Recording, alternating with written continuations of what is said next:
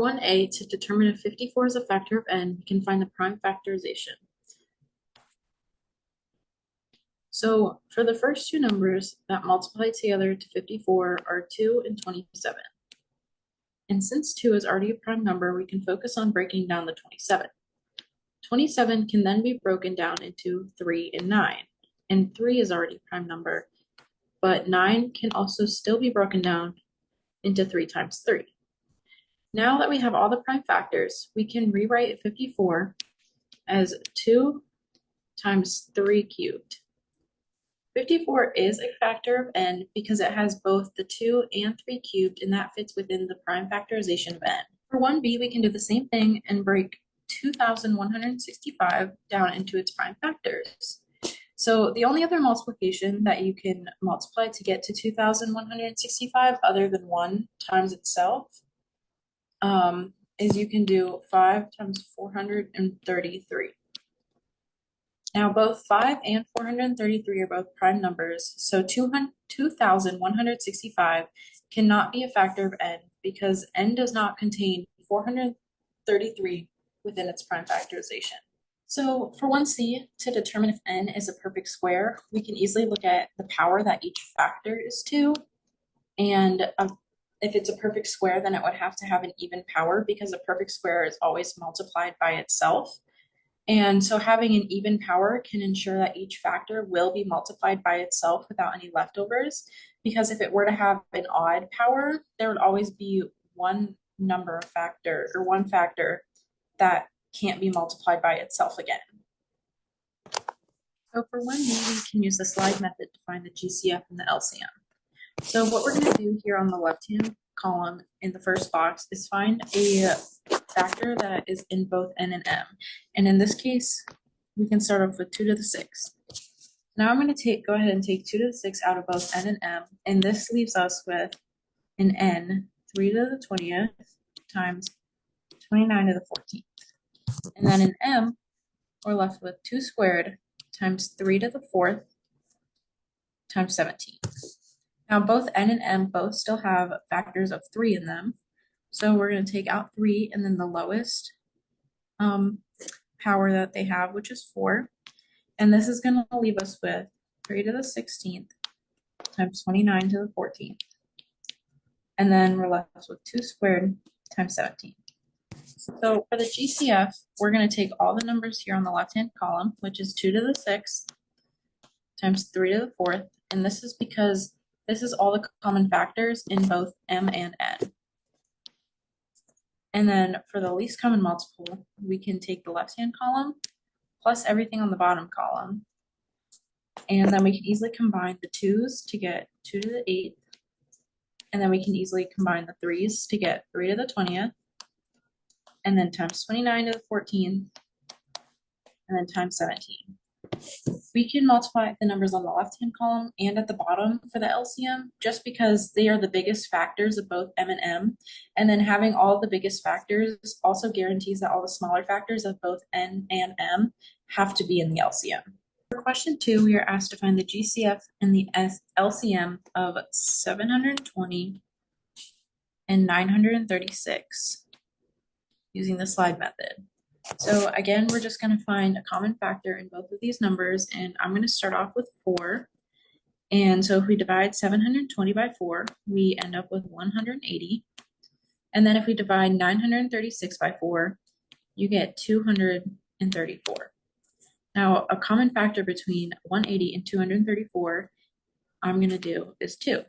So we can again do 180 divided by 2. It's going to give us 90. And then 234 divided by 2, which is going to give us 117. Now these two numbers still have a common factor of 3.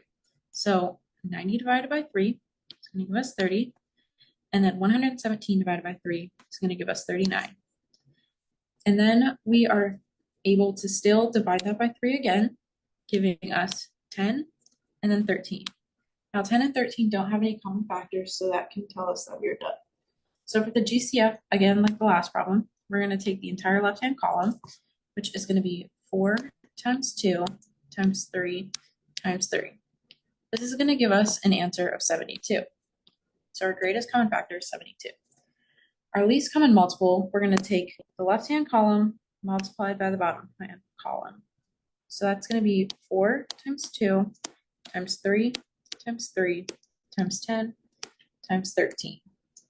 This is gonna give or bring our least common multiple to 9,360.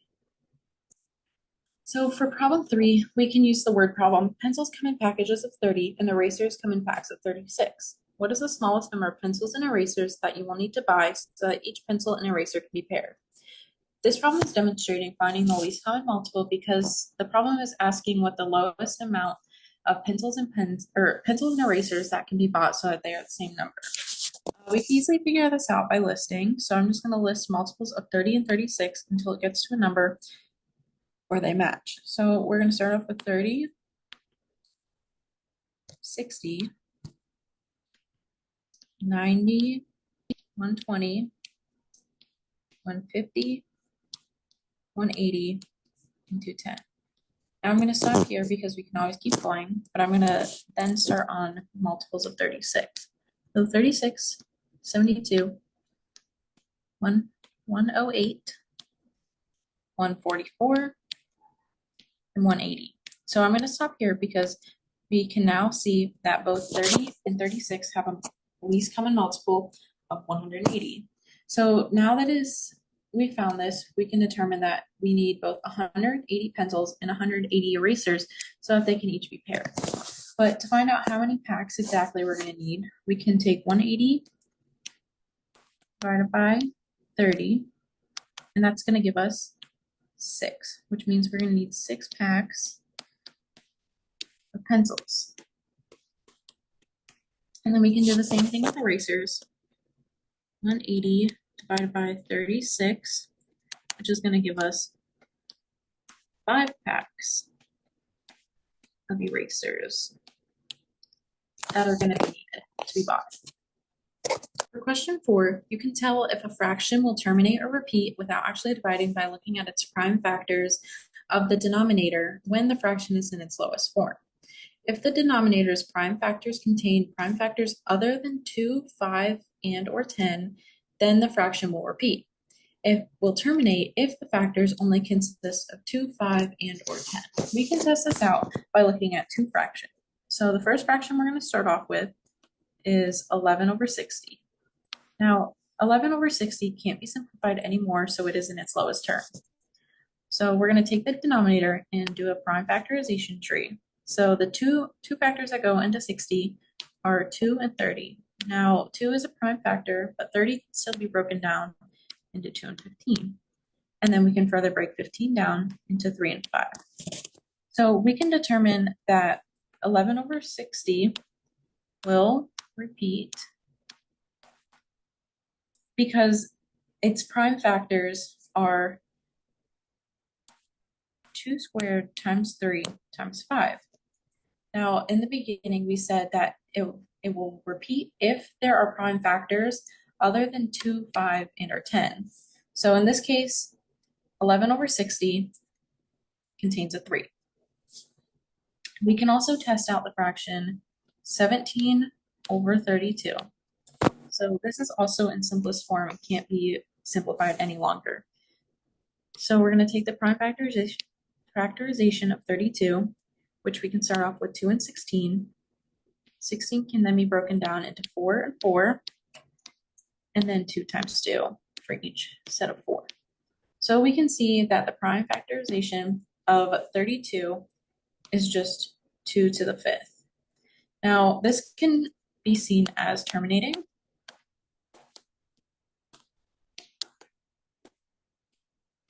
Because 32's prime factorization only contains 2's and doesn't contain any other prime number.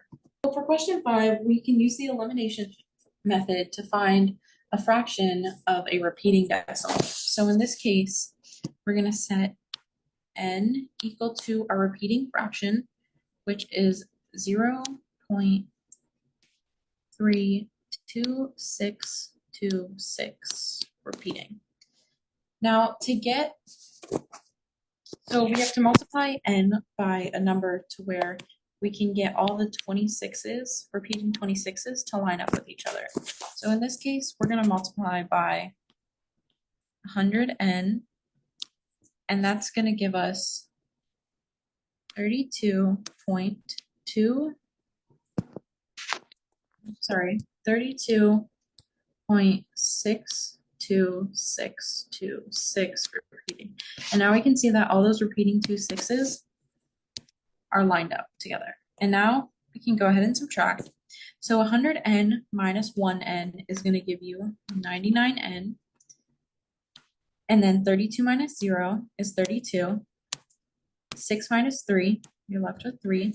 And then all of these repeating numbers are just going to cancel out forever, giving us 99n equals 32.3. So then we can then solve for n by dividing by 99 and getting n equals 32.3 over 99.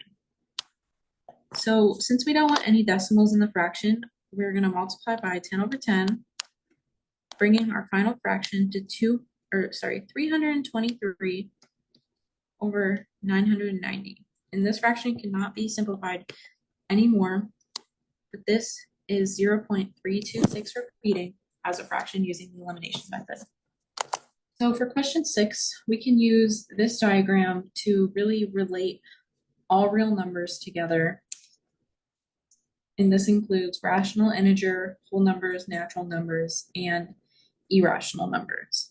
So irrational numbers, they're like the outliers because they aren't rational, integers, whole, or natural numbers. They are just numbers that don't really terminate or don't really repeat and just don't line up with any of the other categories' specific needs. So starting off with natural numbers, those are things like your counting numbers. Whole numbers is 0. And then integers are any of your negatives, and then rational numbers is anything that can be written as a fraction, A over B, but both A and B have to be rational. So starting off is that every small box is a part of everything bigger than itself, but the big circles can't really be anything smaller than it. So for example, an integer is always rational, but not all rational numbers are integers. So you can have positive rational numbers, but no integers can be positive. That goes with anything else. So like all natural numbers are rational, but not all rational numbers can be natural because natural numbers are like 1, 2, 3, simple counting numbers, but rational numbers can be in the form of like fractions or decimals, percentages, just things like that.